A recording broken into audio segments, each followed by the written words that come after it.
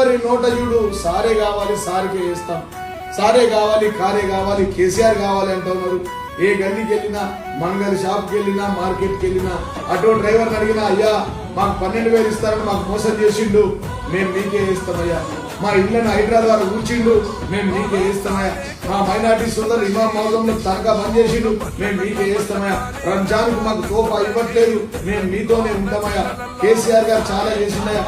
Minority స్కూళ్లలో ప్రతి minority సోదరులకు 1,25,000 రూపాయలు ఇచ్చిందయ్యా.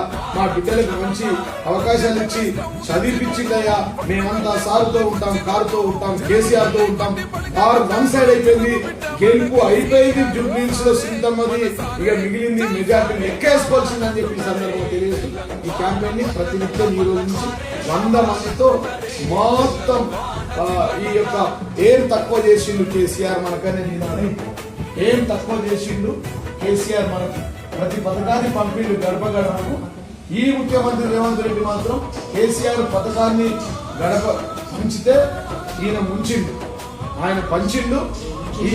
ఆ తెలంగాణ ముఖ్యమంత్రి కేసీఆర్ గారు ప్రతి పథకాన్ని ప్రతి ఇంటికి పంచిండు.